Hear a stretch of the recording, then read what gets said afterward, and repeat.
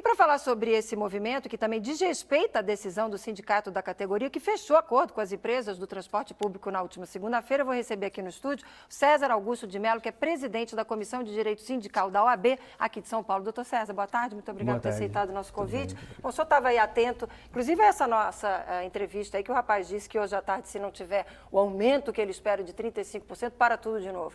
Como é que o senhor vê a legalidade desse movimento? Não é bem assim. A greve é um direito constitucional garantido aos trabalhadores, regulamentada por uma lei infraconstitucional e que prevê algumas regras. Então, esse procedimento de obediência às regras quanto à greve deve ser obedecido, sob pena dessa greve ser considerada abusiva. Ilegal ela nunca é, porque é um amparo legal para exercer esse direito.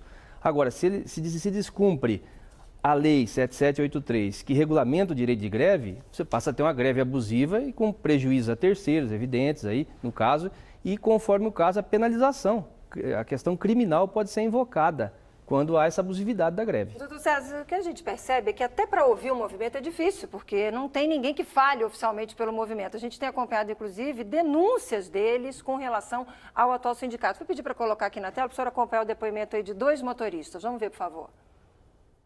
Para nós chegou a informação que o Haddad tinha dado 19% de aumento.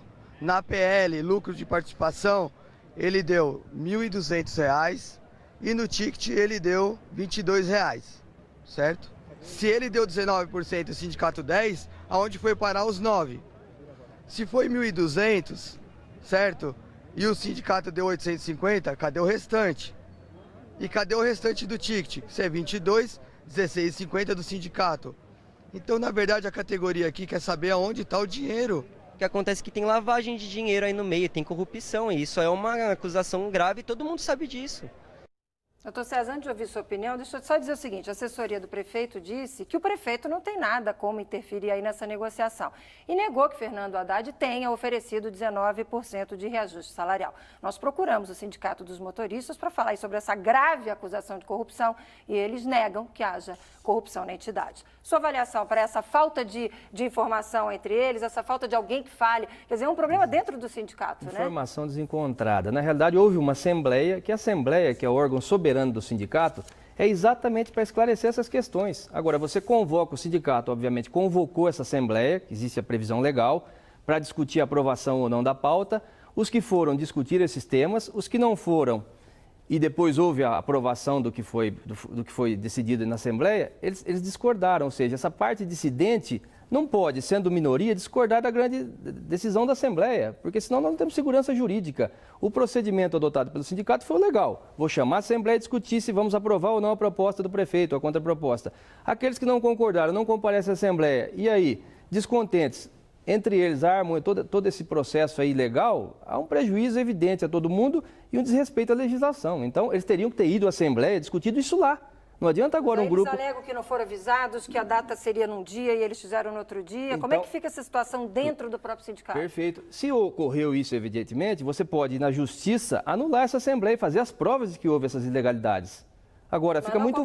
Não comprometer a cidade inteira com informações vagas. Agora, uma perguntinha. Está dentro do ônibus, o cara resolve parar porque tem alguém ali ameaçando ele e manda sair do ônibus. Quer dizer, que direito é esse que ele tem de mandar o usuário, que inclusive pagou a tarifa, pagou a passagem para estar dentro daquele ônibus, sair do ônibus? Quer dizer, não tem que ter polícia nessa hora? Isso não é comportamento de sindicalista, de cidadão. Isso é crime. Se é um crime, tem que ser apurado na área penal. Infelizmente, o sujeito que agiu assim... ele agiu na condição de um sujeito que pratica um ato ilícito e criminoso. Esse deve ser punido criminalmente, com certeza. Não existe previsão legal para isso. Ninguém tem o direito de parar o cidadão dentro do ônibus, você desça e não vai utilizar o transporte público. Qual seria a postura? Um policial poderia, inclusive, prender um motorista desse? Isso é a prática de um crime. Como é que eu tenho autoridade? Quem tem autoridade para fazer isso no país, dessa maneira? Isso é crime, está enquadrado no Código Penal, obviamente. O direito de ir e vir é nosso. Como que eu posso chegar no outro e dizer, você desça daqui... e não viaja mais no transporte público? Qual é a expectativa para a gente fechar que o senhor tem para hoje à tarde? A expectativa é que, se não houver um acordo ali e for para julgamento, é totalmente abusiva essa greve. Totalmente abusiva e não há possibilidade de ser conduzido de forma legítima para o tribunal. O tribunal não vai acatar essas atitudes de dissidência dessa parte que não está contente com Tá aí, gente. Conversei com César Augusto de Mello, presidente do diretor sindical aí, da comissão de sindical da OAB aqui de São Paulo. Muito obrigada mesmo pela participação. Até uma próxima oportunidade. Uma boa tarde para o senhor. Obrigado, eu agradeço.